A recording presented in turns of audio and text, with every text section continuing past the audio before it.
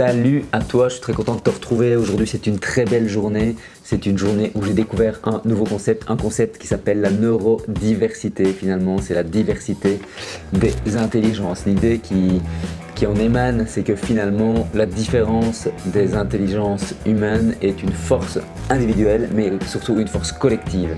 Et donc, c'est l'idée de reconnaître qu'il y a plusieurs modes d'intelligence, plusieurs moyens finalement de réfléchir, de penser la vie, les problèmes qu'on a, d'amener des solutions, etc. Et finalement de reconnaître ces différents moyens. Et plutôt que de voir ça comme des maladies ou des troubles, eh bien on parlera de l'autisme, du TDAH, des gens qui sont HP ou Asperger. On parlera finalement de ces différences d'une autre manière, quelque chose qui moi me parle, mais vraiment beaucoup plus. Et donc, découverte que j'ai fait via un site qui s'appelle simplement neurodiversité.com. C'est un site qu'on doit à nos amis québécois qui est assez fabuleux dans sa manière d'aborder l'autisme par exemple, mais aussi le TDAH. Alors il y a encore peu d'articles sur sur le haut potentiel sur leur site, sur leur blog, mais je pense que ça va venir parce que quand on va sur leur page Facebook, eh bien on retrouve déjà des informations, des articles sur le haut potentiel. Voilà, des gens qui finalement vont avoir un discours auquel j'adhère complètement, c'est-à-dire le TDAH n'est pas une maladie. Voilà, un discours qui ne convient pas à certaines personnes qui ont besoin finalement de se sentir victimes du TDAH aujourd'hui. Moi je pense que justement quand on se sent victime du TDAH, c'est là où finalement on n'arrive pas à en faire une force, où finalement on vit avec un handicap alors qu'en fait on vit à l'intérieur avec une réelle force de réflexion, une réelle force pour ramener des choses différentes, pour ramener les choses d'une manière différente sur la table hein, finalement, et ça j'en suis absolument convaincu. Sur ce site neurodiversité.com, j'ai découvert une petite affiche finalement, comme une espèce d'infographie qui reprend simplement des phrases et qui permet de voir le TDAH autrement. Alors, c'est simplement l'idée que tu prends une phrase avec un symptôme qui décrit le TDAH et des gens qui ne supportent pas parce qu'ils ont des difficultés de vivre avec quelqu'un qui est TDAH ou de l'inclure dans un groupe d'école, etc. Donc c'est des phrases qu'on entend ou qu'on a déjà entendues et finalement qui sont simplement, on va dire, reformulées différemment sous l'angle, en fait, c'est une différence et c'est pas une maladie, et j'ai trouvé ça absolument extraordinaire. Donc je voulais aujourd'hui partager avec toi ces 10 phrases dans cette vidéo, et puis tu retrouveras le lien directement sous la vidéo de cette petite affichette. Le TDAH au-delà des apparences. Tu te souviens de cette phrase de Saint-Exupéry? Eh bien, on ne voit bien qu'avec le cœur, l'essentiel est invisible pour les yeux. C'est exactement ça. J'adore, j'adhère. Alors je partage. Voilà. Alors, cette première phrase, c'est « Il est toujours dans la lune. Il est très lent ». Alors c'est vrai qu'à l'école par exemple, tu as peut-être entendu ça quand tu étais jeune, tu entends peut-être ça aujourd'hui de tes enfants, les profs te le disent, il est toujours dans la lune, il est très lent. Eh bien tu transformes ça, tu vois, tu prends un peu de recul, tu regardes ça d'une autre manière et finalement, qu'est-ce que tu dis? Votre enfant est particulièrement imaginatif, ses idées se bousculent. Tu perçois la différence, là c'est pas mal quand même, faut avouer que entre il est très lent ou il est particulièrement imaginatif, on reste dans le positif et on peut mettre en évidence finalement cette intelligence différente. On continue avec cette deuxième phrase, écoute bien le jugement. Il est paresseux, il ne fait absolument rien. Transformation à travers le tuyau de la conscience humaine, et on en ressort avec une très jolie phrase. Il se désorganise facilement, il a besoin d'ordre pour bien fonctionner et être efficace.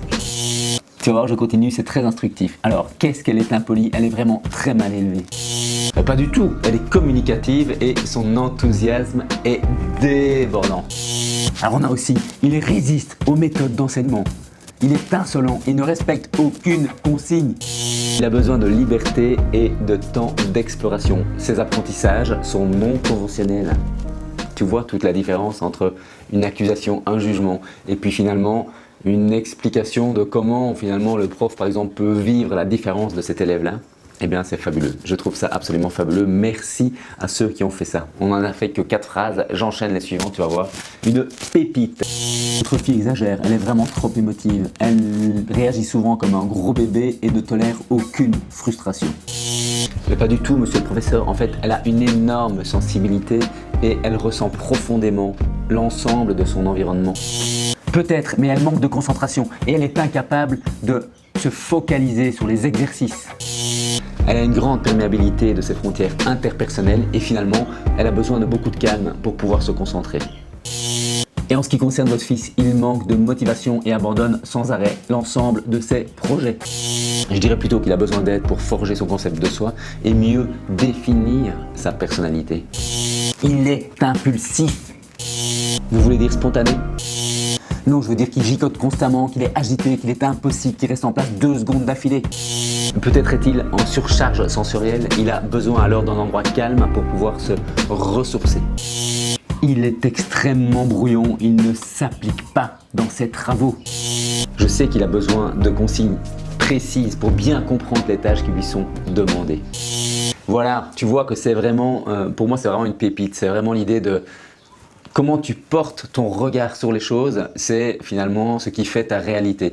Un enfant qui perturbe ta classe, je m'adresse au professeur, un enfant qui vient perturber ta classe, il est juste différent. Alors tu peux en faire la bête noire de la classe, comme tu peux simplement en faire quelqu'un qui a besoin d'une attention peut-être particulière. Alors on sait que les profs vont dire oui, mais j'ai 22, 24, 30 élèves dans ma classe, je ne peux pas porter une attention particulière à chacun. Et je sais que ça peut être compliqué, que ça peut voire même être impossible, que peut-être les moyens manquent. Ce que je veux dire par là, c'est que ça commence par les gens qui sont directement concernés, par exemple par le TDAH. C'est la manière de se voir malade avec des symptômes qui ne correspondent pas à ce qu'on attend d'eux. Eh bien, voilà, déjà ça commence par là. Ensuite, il y a le regard des autres. Soyez un peu indulgents. La différence ne fait pas une maladie, quoi. Être différent, c'est pas être malade.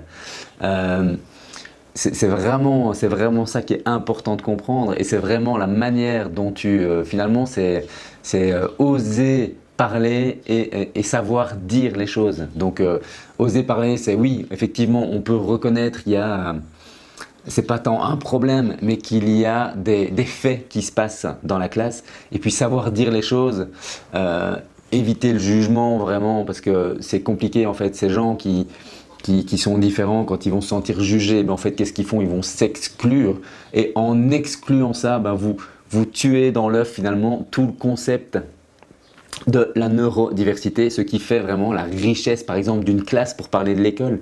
Mais la richesse d'un groupe, la richesse de l'humanité, ça va être ça. Ça va être ces manières de réfléchir différentes. Ça en fait vraiment partie. Tu sais, on a beaucoup parlé à un moment de racisme avec les couleurs de peau à l'école. Moi, je me souviens très bien dans les cours de morale où on parlait de ça.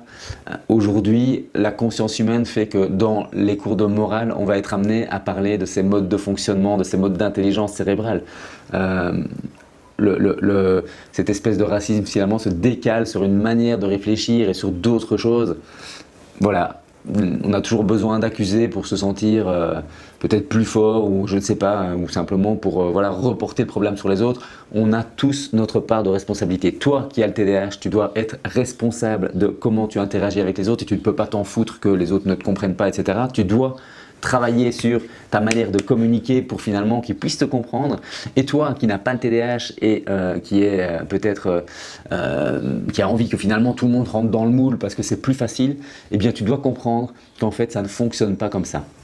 Le moule n'existe pas parce que si le moule existait, on serait des robots. Alors c'est peut-être ce que la société veut que nous devenions finalement, des robots, mais en l'occurrence, l'humain est encore aujourd'hui suffisamment présent sur la planète pour que nous ne devenions pas des robots. Il y a des gens qui ont encore une envie de réfléchir différemment et qui vont pas être d'accord. Alors ils vont se mettre en mode révolutionnaire, en mode rebelle. Et donc chacune finalement de ces deux entités a besoin de comprendre qu'elle a besoin de l'autre. C'est ça en fait, c'est unifier plutôt que diviser. On ne peut pas diviser sans arrêt, je veux dire, c'est pas le but aujourd'hui. Et aujourd'hui, je pense